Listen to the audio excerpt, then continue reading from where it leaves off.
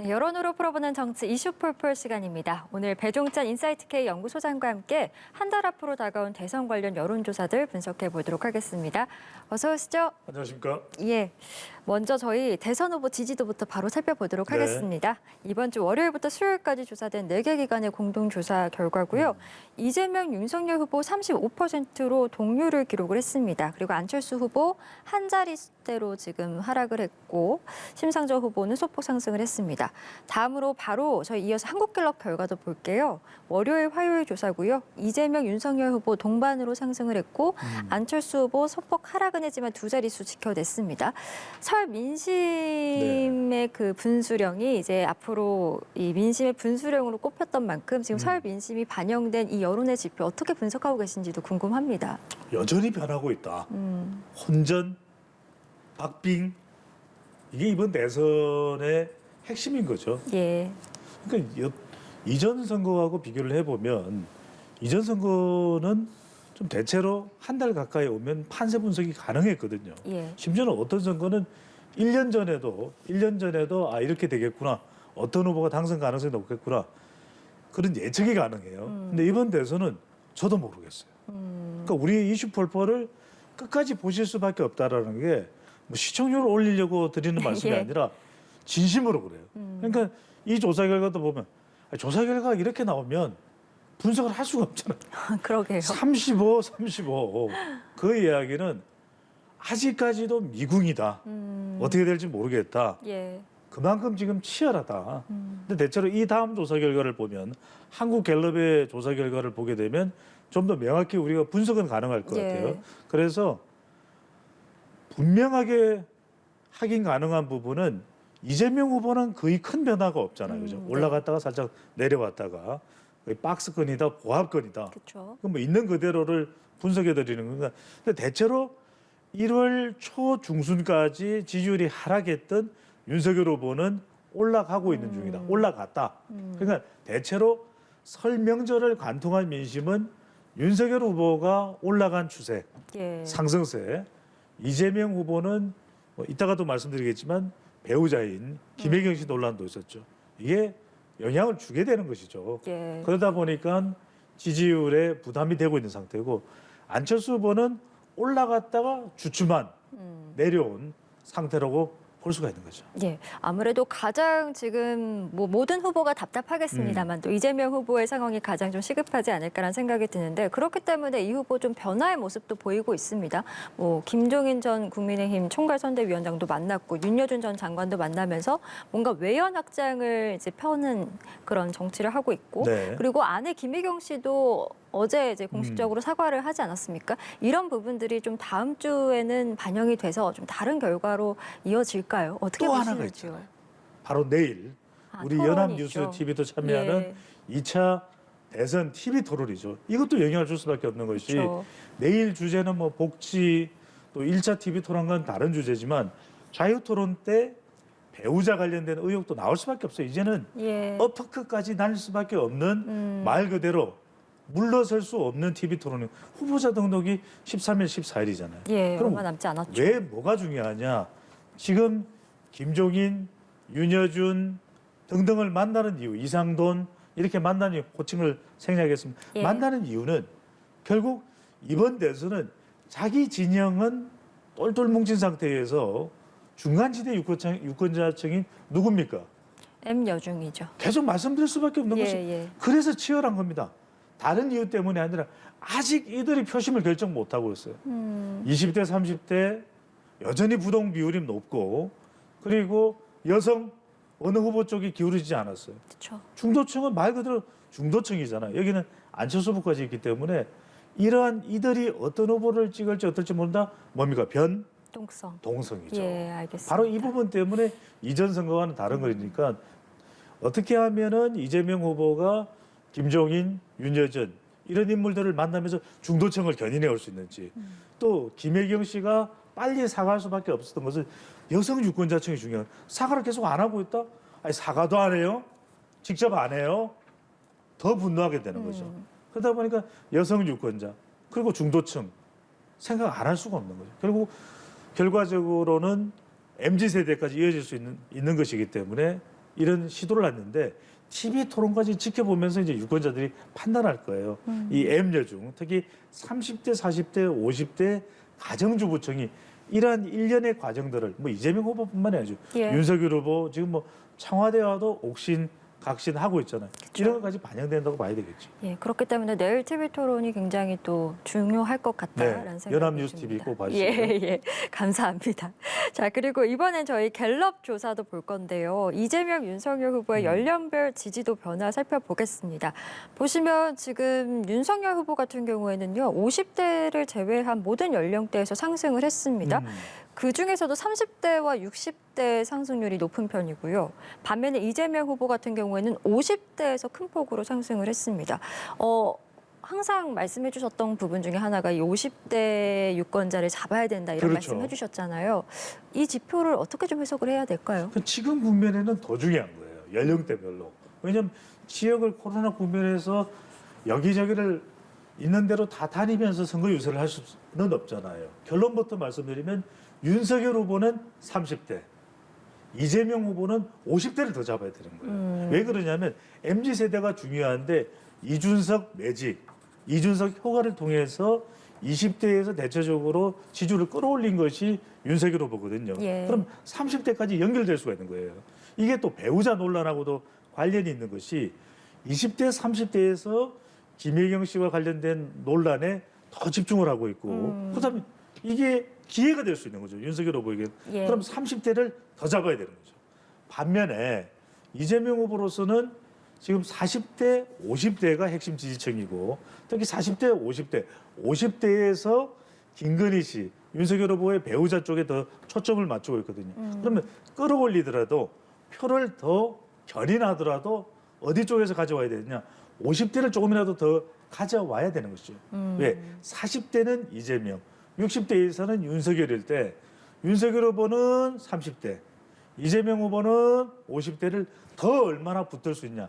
이게 세대별 전쟁에서 중요한 포인트가 되는 것이죠. 예, 다시 말씀드리면 윤석열 후보는 30대, 이재명 후보는 50대를 견인해 나가야 된다. 그렇죠. 우리가 이게 후보들 컨설팅까지 다 하는. 예, 그러니까요. 꼭 보셨으면 좋겠고요. 네. 다음으로는 저희 차기 대선 후보 호감도도 함께 살펴보겠습니다. 한 달 전과 비교했을 때 이재명 후보 제외하고 모두 소폭이지만 호감도가 상승을 했습니다.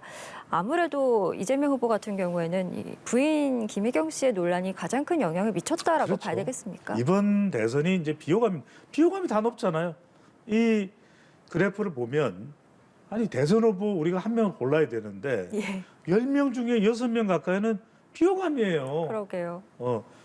안철수 후보만 그나마 가족 리스크, 비등비등하게 나왔네요. 후보자 예. 개인에 대한 이 도덕적 논란이 크지 않기 때문에 거의 비등한 정도 수준 나왔거든요. 그럼 여기서 뭐냐?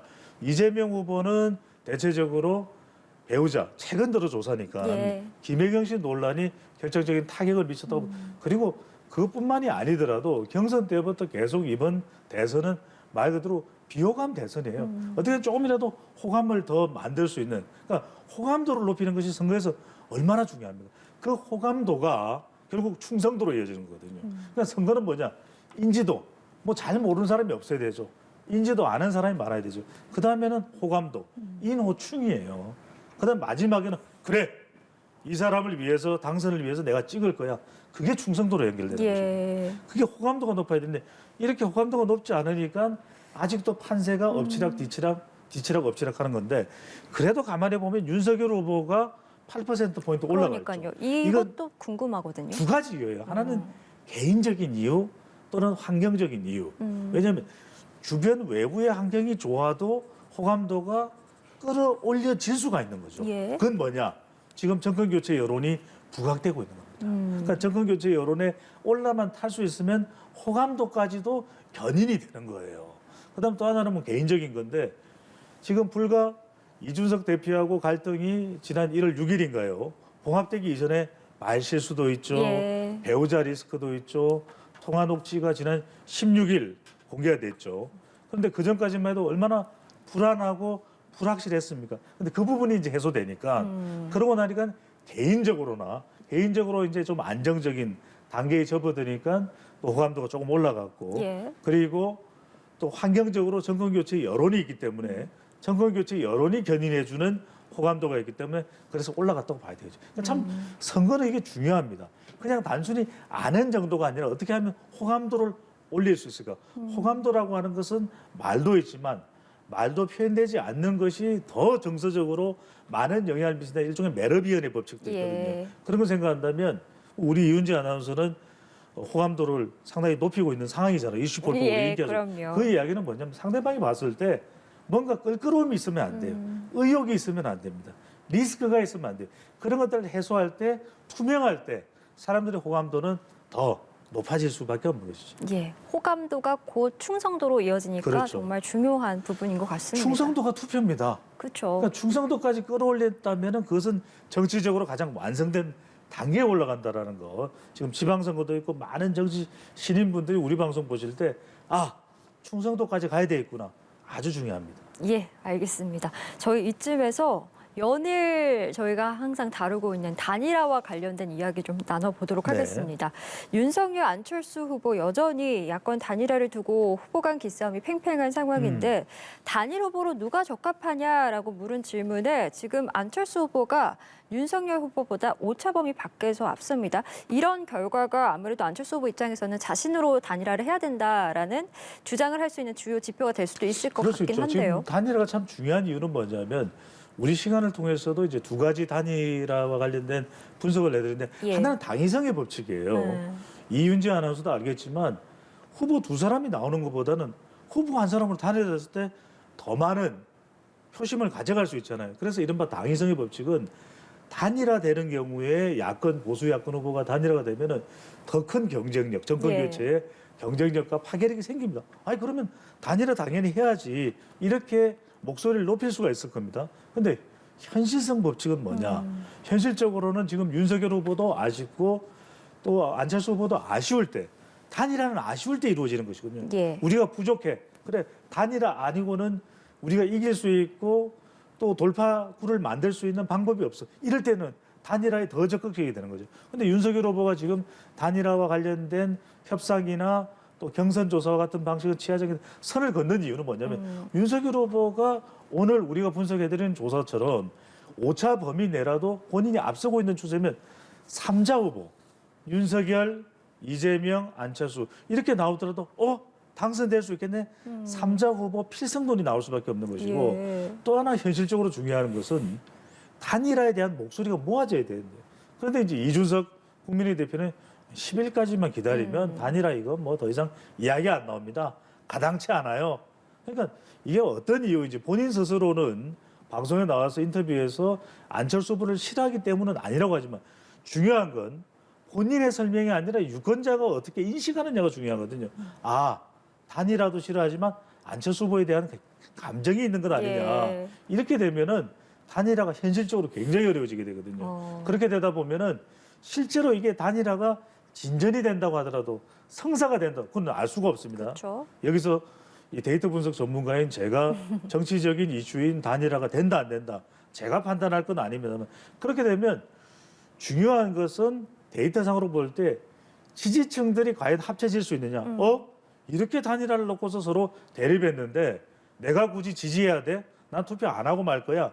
이런 이 반응이 나올 수밖에 나올 수도 있는 것이거든요. 그렇기 때문에 그만큼 단일화라는 것이 지금 상당히 논의는 되고 있지만 여러 가지 사정들을 고려해 봤을 때는 물 건너가고 있는 중이다.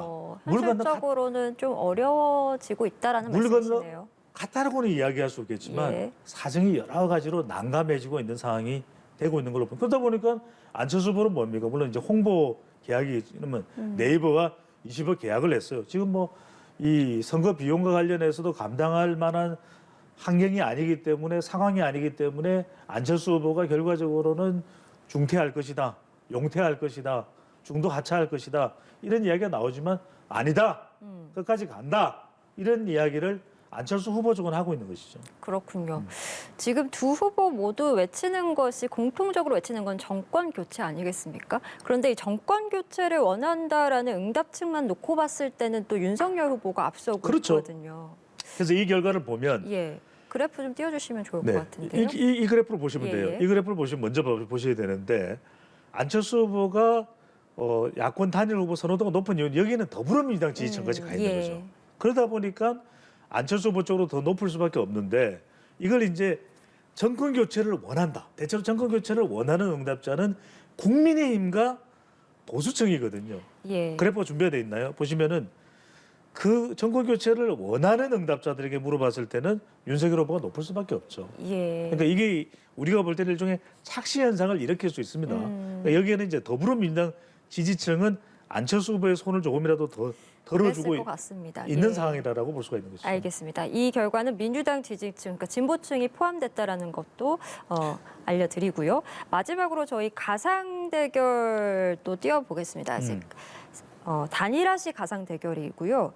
윤석열, 안철수 후보 모두 지금 이재명 후보에게 앞서는데 이재명 후보와의 지지율 격차는 오히려 안철수 후보가 더 크게 나고 있습니다. 네. 지지율 앞서서 우리가 결과를 봤지만 안철수 후보 같은 경우에는 소폭 하락하고 있는 국면인데 또 이렇게 단일화 가상 대결을 했을 때는 좀 우세하거든요. 이런 건 어떻게 봐야 되겠습니까? 이럴 수밖에 없죠. 이 관련된 조사 결과는 여러 차례 우리 이슈폴포를 통해서 설명드렸는데 윤석열 후보보다 오히려 단일화 경쟁력을 보면 안철수 후보가 조금이라도 큰 차이는 아니에요. 예. 조금이라도 더 있는 것처럼 보인다는 뭐가 있는 겁니까? 안철수 후보 쪽에 착시 효과입니까?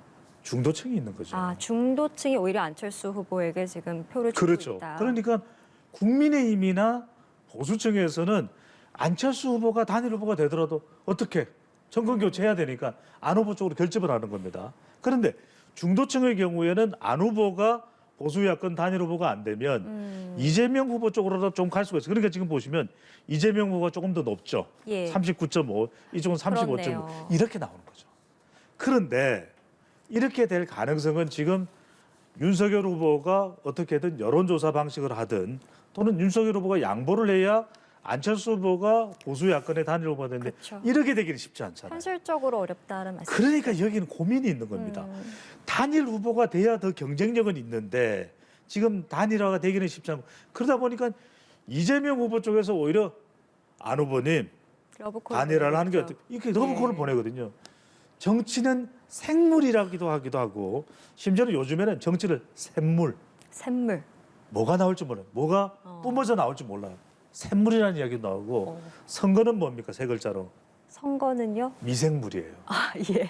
어떻게 될지 한 치 앞을 내다볼 수가 없습니다. 예. 단일화가 그만큼 선거에 미치는 영향이 절대적이기 때문에 윤안이냐 이안이냐 저도 모르겠어요.